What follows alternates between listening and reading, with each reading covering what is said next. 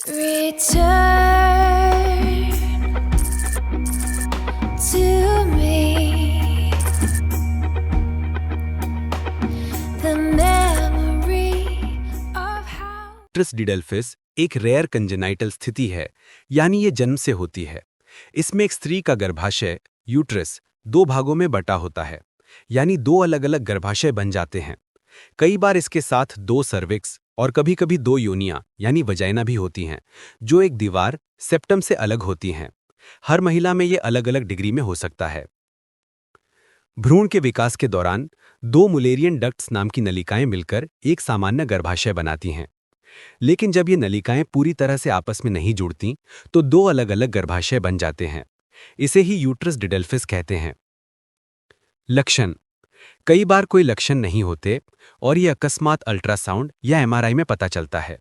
लेकिन कुछ महिलाओं में निम्न समस्याएं हो सकती हैं: बार-बार गर्भपात यानी रिकरेंट मिसकैरेज, समय से पहले डिलीवरी यानी प्री टर्म लेबर, असामान्य मासिक धर्म यानी इर्रेगुलर पीरियड्स, दर्द या दोहरी योनि की अनुभूति, गर्भधारण में कठिनाई यानी इनफर्टिलिटी, लेकिन जरूरी नहीं कि हर केस में हो।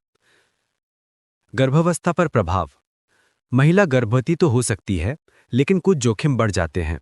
गर्भाशय की जगह कम होने से प्रीटर्म डिलीवरी का खतरा, ब्रीच पोजीशन यानी बच्चा उल्टा होना, सी सेक्शन यानी सिजेरियन डिलीवरी की संभावना, मिसकैरेज यानी गर्भपात का खतरा। फिर भी बहुत सी महिलाएं सामान्य रूप से बच्चे को जन्म देती हैं, बस हाई रिस्क प्रेगनेंसी केयर की जरूरत होती है। निदान: अल्ट्रासाउंड, यूएसजी बेसिक पता चलता है। एमआरआई पेल्विस सबसे सटीक जांच। हिस्टेरासल्पिंगोग्राफी गर्भाशय और नलिकाओं की आकृति दिखाता है। पेल्विक एग्जामिनेशन कभी-कभी दो सर्विक्स या दो योनियां दिखाई देती हैं। उपचार: अक्सर सर्जरी की जरूरत नहीं होती जब तक कि बार-बार गर्भपात हो या दोहरी योनि में दर्द या अवरोध हो, तो ऐसे में मेट्रोप्लास्टी सर्जरी या सेप्टम रिमूवल की जा सकती है। बाकी मामलों में सिर्फ मॉनिटरिंग और रेगुलर एंटीनेटल केयर काफी होता है। महत्वपूर्ण बात: ये बीमारी बहुत रेयर या दुर्लभ है, लगभग हर 1000 महिलाओं में 1 से 2 केस। इसमें महिला गर्भवती तो हो सकती है, लेकिन गर्भपात या समय से पहले बच्चे के जन्म का खतरा थोड़ा बढ़ जाता है। सही निगरानी और डॉक्टर की सलाह से महिला मां बन सकती है। अक्सर इलाज की जरूरत नहीं पड़ती, बस सावधानी और नियमित डॉक्टर की निगरानी जरूरी होती है। होम्योपैथी का रोल: यूट्रस डिडाइफिस चूंकि जन्मजात यानी कंजेनाइटल मालफॉर्मेशन है, यानी शरीर की बनावट जन्म से ही ऐसी बनी होती है, इसलिए होम्योपैथी या किसी भी दवा से इसे स्ट्रक्चरली ठीक नहीं किया जा सकता, लेकिन फंक्शनैलिटी को जरूर बेहतर किया जा सकता है।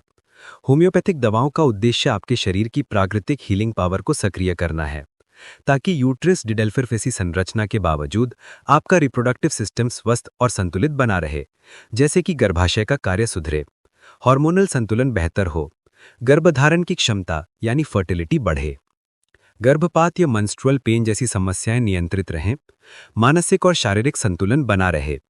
इसलिए होम्योपैथिक दवाएं बेहतर तरीके से सहायक भूमिका निभा सकती हैं, यानी शरीर को इस स्थिति में बेहतर ढंग से कार्य करने में मदद कर सकती हैं।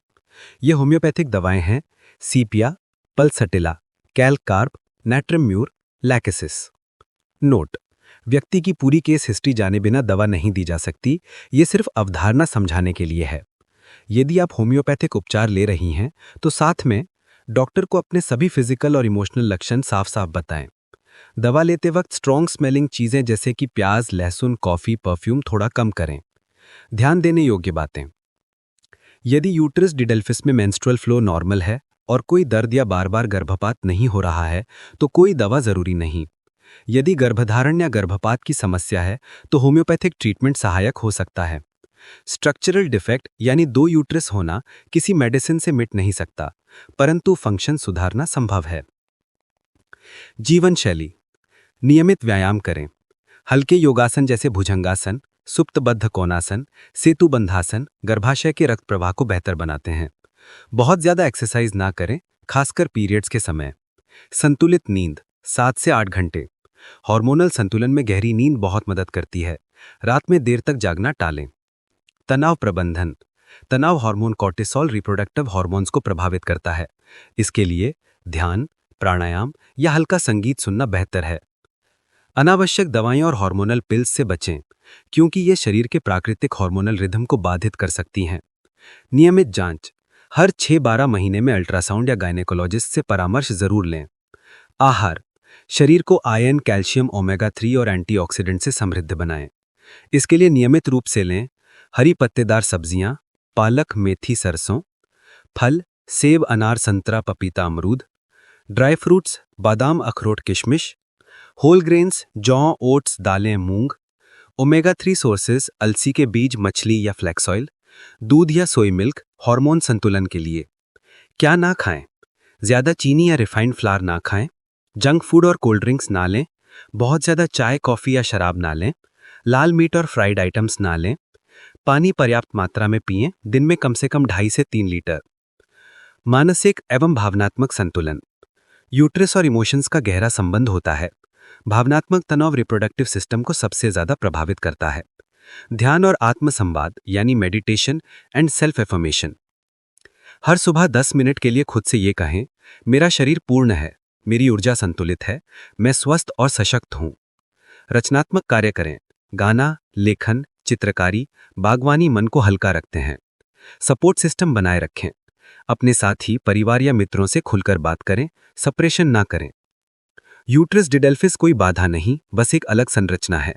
संतुलित जीवन, सही आहार, शांत मन और नियमित निगरानी से आप पूर्ण, स्वस्थ और मातृत्व सक्षम जीवन जी सकती हैं।